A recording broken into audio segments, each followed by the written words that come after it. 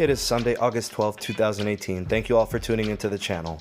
I just wanted to take this particular video to talk a little bit about the history as to what exactly happened with the Sprint and T-Mobile merger in terms of a basic timeline in the events that led up to the final agreement of the merger. So I'm sure there's a lot of rumor and speculation that has accumulated over the last several years as this merger was looming. Sprint and T-Mobile both have been involved in merger talks for a long time, and I think some of the stuff that we thought was going on actually was, and then some of the things we thought were going on actually were not. And I think, that's just kind of how business works. They can't always reveal exactly what's going on behind closed doors for the sake of the potential that the merger or a merger is going to happen. So what I want to do is kind of go over some of the details and the facts that we actually have uncovered over the last few weeks as it pertains to the merger between Sprint and T-Mobile. So for starters, I think it's important to frame this that Sprint and T-Mobile have been in merger talks on and off for several years. I think the actual time frame for where the merger became a very serious option was probably around late spring 2017. I think this was pretty much stage one of the current merger that we know it as today. I think Sprint has been in talks with several companies since it became clear that SoftBank had made them available for merger or acquisition. I think, simply put, their debt was so high from some bad purchase decisions, the whole Radio Shack situation. There's a long laundry list of mistakes that SoftBank and Sprint had made. But I think, it's important to frame it that SoftBank has been open to selling Sprint for a very long time. And I think specifically some of the companies that we now can confirm were involved in talks were Charter, Comcast, and Dish. Now in June of 2017, Charter and SoftBank had reportedly been in some pretty serious talks about a merger or an acquisition. Now I find this timing kind of strange because Charter had already had an agreement with Verizon where Charter was going to offer MVNO service through Verizon.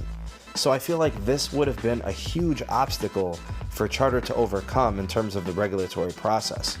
How was Charter going to become a joint network or a merged network with Sprint when they already had stakes in with Verizon?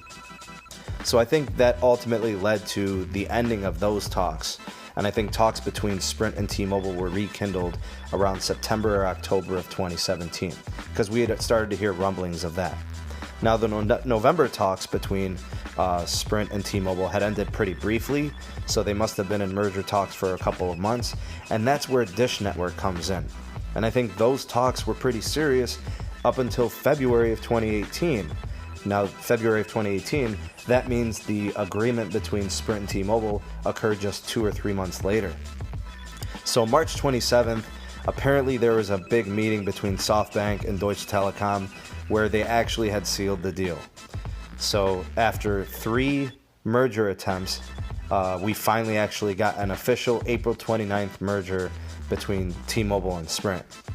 So it's kind of interesting to see how Sprint pretty much made themselves available to these companies. It was just which company I think gives us the best option to become financially viable in the space and still retain some form of semblance as a company that is empowered and financially growing and financially successful. So what I want to do with the next part of this video is talk about the optimism in the merger. I think currently the feeling in the market is that analysts, they have a good sense about the merger. I think there's a couple reasons that they feel so positive about it. Number one is the lack of highly concentrated opposition. There's no person or persons that are on a witch hunt or a mission to end the merger. And this is important. When nobody's out there to get it or go against it or oppose it, it allows the process to be a much more smooth and seamless procedure. And I think the second thing is most people are starting to see the 3 big carriers as a better scenario than having 2 big carriers or huge carriers and then a distant number 3 like T-Mobile and then an almost non-existent number 4 like Sprint. So I think the panel members, the subcommittee members have stated this on multiple occasions recently. They pretty much are all in agreement. A 3 big carrier system could create a robust competitive marketplace in wireless provisions. So I think a combined T-Mobile conglomerate between Sprint and T-Mobile could expedite a true 5G network than either company could do alone. And I think the third thing to consider is mergers are happening under this current administration unlike any other administration, especially recently in times like the Obama administration. I think all that's really left for this merger is just getting past the DOJ, if you want to even consider them a major obstacle at this point. I think their review of the merger is probably the only true hurdle left at this point, and it's not going to be much of an issue moving forward. And of course, nothing is set in stone. We can't just overlook everything. There's definitely still some risk involved. Couple things to mention about the risk. I think number one is the prepaid side. You have 30 million prepaid customers that are involved in this matter of this merger. I think recently T-Mobile has shown that they're not really promoting or pushing the prepaid side. T-Mobile and Sprint collectively are the two biggest prepaid carriers as it relates to Metro PCS, as well as Boost, and of course the name brand Sprint and T-Mobile as their prepaid. So they're probably saying, well, we've got prepaid sewn up at this point. We've got the two biggest small prepaid carriers, and we also have our own prepaid offerings, so we're good at this point. We don't need to push it or promote it. And I think that doesn't look good to the DOJ and the regulatory stages, but it may be something they're willing to overlook. Now, another thing to consider as potential risk is if T-Mobile pulls out or backs out of this deal, Sprint receives $600 million from Magenta for the breakup of the merger.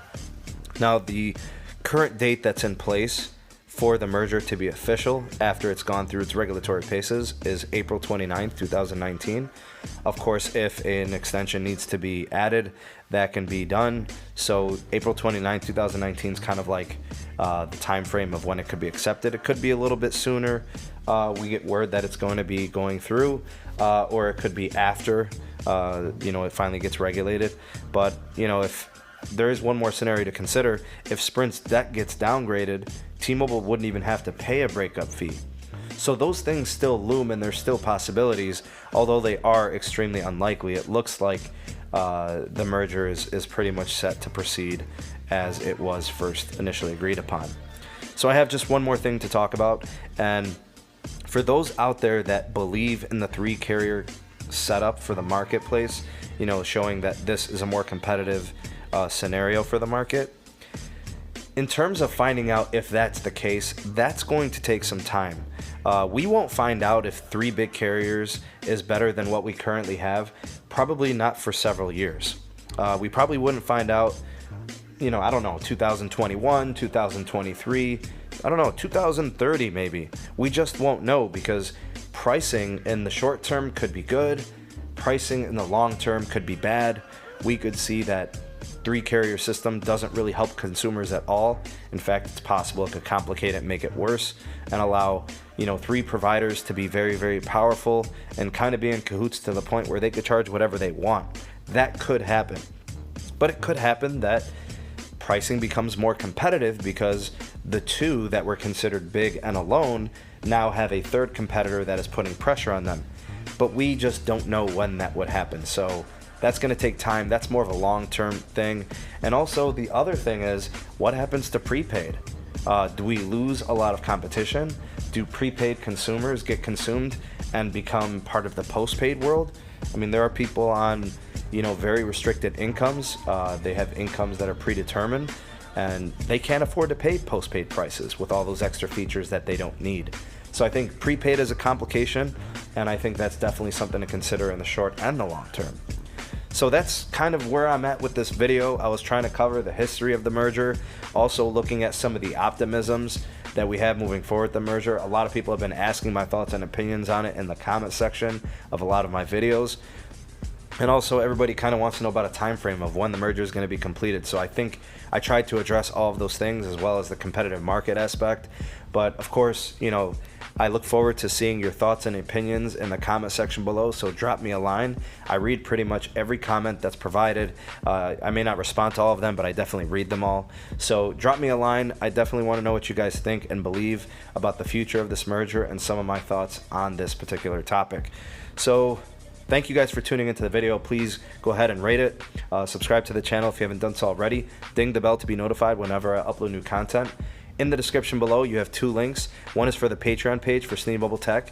check that out. You'll have some access to some free videos and things that are available publicly, as well as if you decide to join and support the channel there, you can access all the exclusive content. And the other link is for a PayPal donation. All considerations are greatly appreciated. If you like what we're doing here with the channel, consider a monetary donation. That would be fantastic. So that's it for this video. Thank you guys for watching. Have an excellent rest of the day, and I will see you all in the next one. Peace.